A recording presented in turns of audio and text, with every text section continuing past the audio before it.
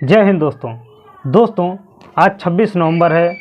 26 नवंबर 1949 को भारत का संविधान लागू हुआ था, जिसके कुछ प्रावधान लागू कर दिए गए थे और बाकी प्रावधान जो है वो 26 जनवरी 1950 को लागू किए गए थे। तो दोस्तों कुछ महत्वपूर्ण बातें भी जानते हैं और साथ में संविधान के लागू होने से लेकर पूरी कहानी एक बहुत ही विस्तृत रूप से जानते हैं। तो चलिए दोस्तों शुरू करते हैं।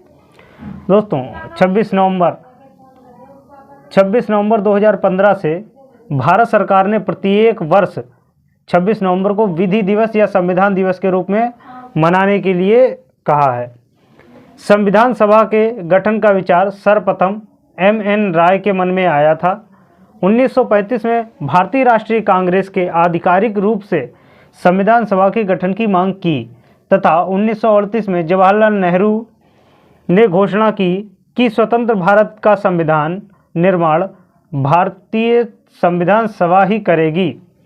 9 दिसंबर 1946 को संविधान सभा की पहली बैठक हुई, जिसमें सबसे वरिष्ठ सच्चिदानंद सिन्हा को संविधान सभा का अस्थायी अध्यक्ष चुना गया था। सच्चिदानंद सिन्हा भारत के जो है संविधान सभा की अस्थायी अध्यक्ष चुने गए थे, जिनका परिचय आचार्य कृपलानी ने करवाया था।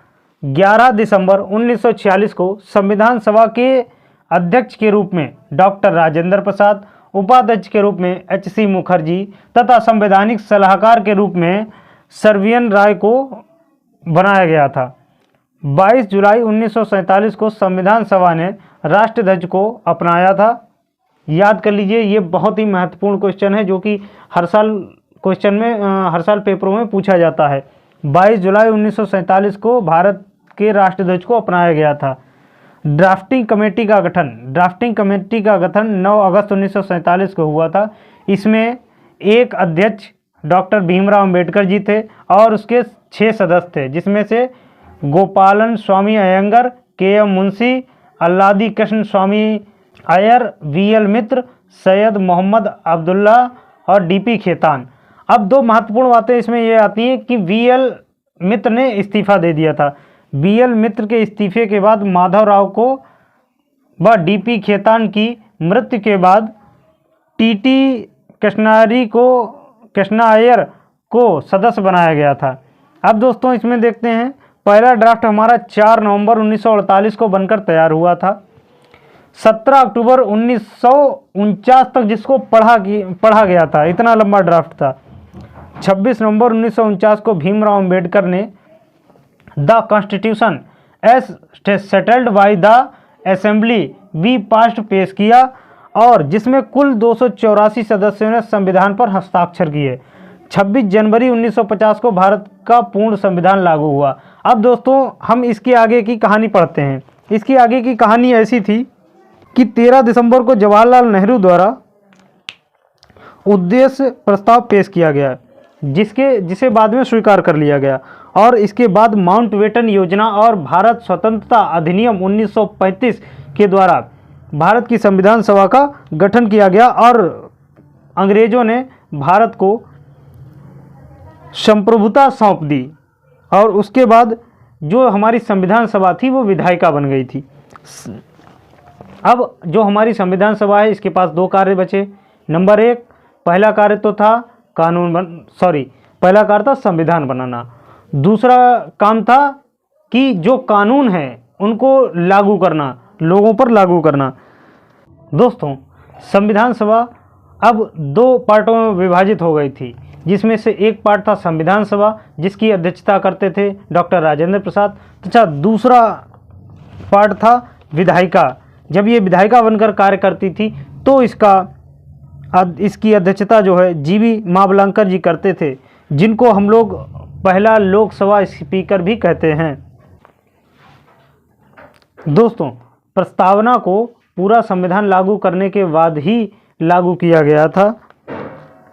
संविधान सभा की एक बहुत ही महत्वपूर्ण बात ये रही कि हमारा जो संविधान है वो हाथ से लिखा गया है, हस्तलिखित संविधान है और इसको लिखा है प्रेम बिहारी नारायण रायजादा ने।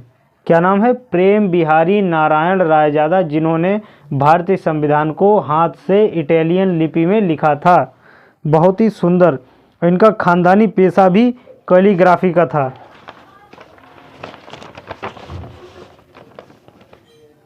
इसे लिखने में, भारतीय संविधान को लिखने में 6 महीने का वक्त लगा और उन्होंने संविधान लिखने के लिए कोई मूल्य नहीं लिया था, बल्कि एक महत्वपूर्ण शर्त रखी थी।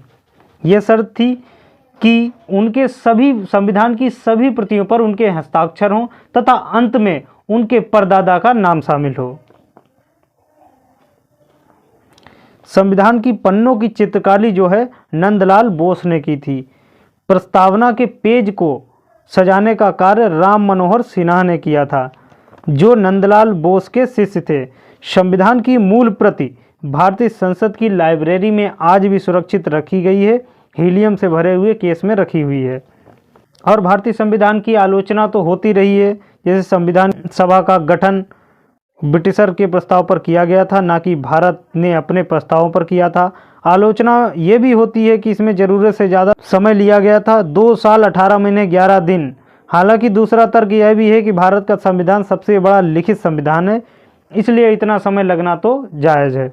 आलोचना ग्रेन ब्लोस्टन करते हैं, संविधान सभा एकल लीग निकाय थी, सभा ही कांग्रेस थी, कांग्रेस ही भारत थी।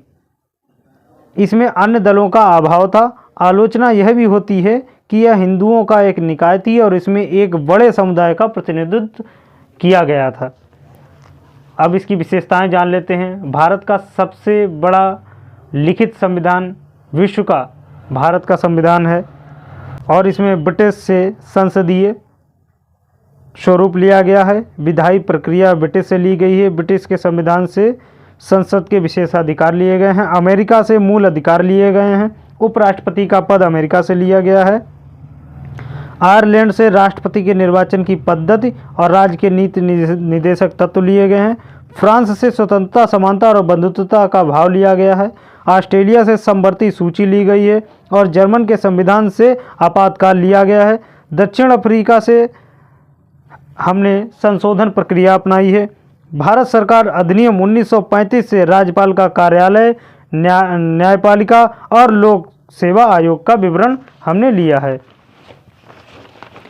भारत का संविधान कठोर और लचीला भी है, एकात्मिक भी है और संघीय भी है, लेकिन संविधान में कहीं भी संघीय शब्द का वर्णन नहीं मिलता है। अनुच्छेद 1 में राज्यों का संघ कहा गया है। जिस दिन संविधान पर हस्ताक्षर हो रहे थे उस दिन बहुत खूब बारिश हो रही थी और इसे लिखने वाले, इस पर हस्ताक्षर करने वाले सभी लोगों ने इसको शुभ माना था। तो ये थी संविधान निर्माण की कहानी। हमारे द्वारा बताए गए संविधान सभा के गठन से लेकर संविधान निर्माण तक की प्रक्रिया आपको कैसी लगी, हमें कमेंट बॉक्स में ज़रूर बताएं। वीडियो को शेयर करें, चैनल को सब्सक्राइब करें। जय हिंद, वंदे मातरम।